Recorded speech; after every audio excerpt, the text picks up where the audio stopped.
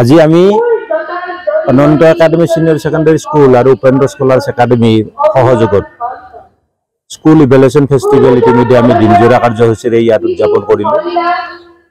আসলতে school evaluation festival SCF 24-25 বুলি আমি যেটো অনুষ্ঠান আজি ইয়াত কৰিছো, এৰ গুণোৎসৱ আৰু কলেজৰ যেটো নাক এসেসমেন্ট হয়, এই দুয়োটাৰ এটা সংমিশ্ৰণত আমি ব্যক্তিগতভাৱে নিজা প্ৰচেষ্টাত আমি এই অনুষ্ঠানটো ইয়াত আয়োজন কৰিছো। আৰু ইয়াত আমি জানিব বিচাৰিছো আসলতে এখন শিক্ষানুষ্ঠান পূৰ্ণাংগ ৰূপত গঢ় দিব লাগিলে আমাৰ কি কি অভাৱ ইয়াত অনুভৱ হৈ আছে, সেই অভাৱখিনি আমাৰ যিসকল পৰ্যবেক্ষক মণ্ডলী আমি 6 জন পৰ্যবেক্ষক ইয়াক মাতিছো, অভিজ্ঞ কিছুমান শিক্ষক সমাজসেৱক তেনেকে তেওঁলোকক মাতি আনিছো। আৰু তেওঁলোকৰ পৰ্যবেক্ষণৰ দ্বাৰা ৰাতিপুৱা প্ৰাৰ্থনাৰ পৰা আৰম্ভ কৰি তেওঁলোকে ক্লাছৰুমবিলাক চাইছে, ক্লাছ চাইছে, ঠিক তেনেকে এতিয়া পৰ্যবেক্ষণৰ কাৰণে অভিভাৱকসকলৰ লগত ছাত্ৰ ছাত্ৰীসকলৰ লগত এনেকুৱা এখন আমাৰ মত বিনিময় সভা অনুষ্ঠিত হৈছে। আৰু সামৰিকভাৱে এই গোটেইখিনি অনুষ্ঠানৰ অন্তত তেওঁলোকৰ পৰা আমি জানিব বিচাৰিম যে আসলতে আমি ভৱিষ্যতে এখন পূৰ্ণাংগ শিক্ষানুষ্ঠান গঢ় দিব লাগিলে আমাৰ কি কি অভাৱ হৈ আছে আৰু সেই অভাৱবিলাক আমি কেনেকৈ পূৰণ কৰিব পাৰোঁ। আৰু বিশেষকৈ আমি দেখিছোঁ যে বৰ্তমান শিক্ষাৰ যিটো ব্যৱস্থা সেইটো অকল ৰাজ্যিক পৰ্যায়তে নাই, এইটো এটা ৰাষ্ট্ৰীয় বা আন্তঃৰাষ্ট্ৰীয় পৰ্যায়লৈ গুচি গৈছে।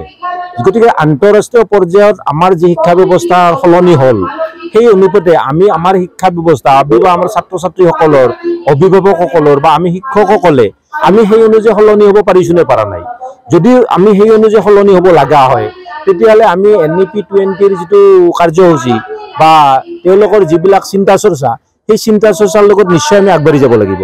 গতিকে সামগ্ৰিকভাৱে এই গোটেইখিনি ব্যৱস্থা আমি আগবঢ়াই নিয়াৰ স্বাৰ্থত আমি আজি স্কুল ইভ্যালুয়েশন ফেস্টিভেল আয়োজন কৰিছোঁ। আৰু ইতিমধ্যে ইয়াত DC ছাৰ উপস্থিত হোৱাৰ কথা আছে, অতিৰিক্ত আৰক্ষী অধীক্ষক তেখেতে ইতিমধ্যে উপস্থিত হৈ সুন্দৰ বক্তব্য তেখেতে আগবঢ়ালে।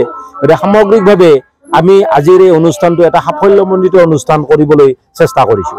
ছাত্ৰ ছাত্ৰীসকলক এনেকুৱা এটা দিশত আগবঢ়াই নিব খুজিছোঁ যে ৰাষ্ট্ৰীয় বা আন্তঃৰাষ্ট্ৰীয় পৰ্যায়ৰ যিটো পৰিৱৰ্তন, এই পৰিৱৰ্তনৰ লগত শিক্ষা ব্যৱস্থাৰ আমি এই পৰিৱৰ্তনত যদি ছাত্ৰ ছাত্ৰীসকলক আগবঢ়াই নিব নোৱাৰোঁ তেতিয়াহ'লে নিশ্চয় আমি ইয়াত শিক্ষা প্ৰদান কৰি থাকিলেও ছাত্ৰ ছাত্ৰীসকলে সেই অনুযায়ী আগবাঢ়ি যাব নোৱাৰিব। গতিকে তেওঁলোকক আমি সেই ধৰণে কেনেকৈ আগবাঢ়ি নিব পাৰোঁ, তাৰ কাৰণে কি ধৰণৰ ব্যৱস্থা হাতত ল'ব লগা হয়, সেই পদক্ষেপৰ কাৰণে আমি এই ব্যৱস্থাটো আৰম্ভ কৰিছোঁ।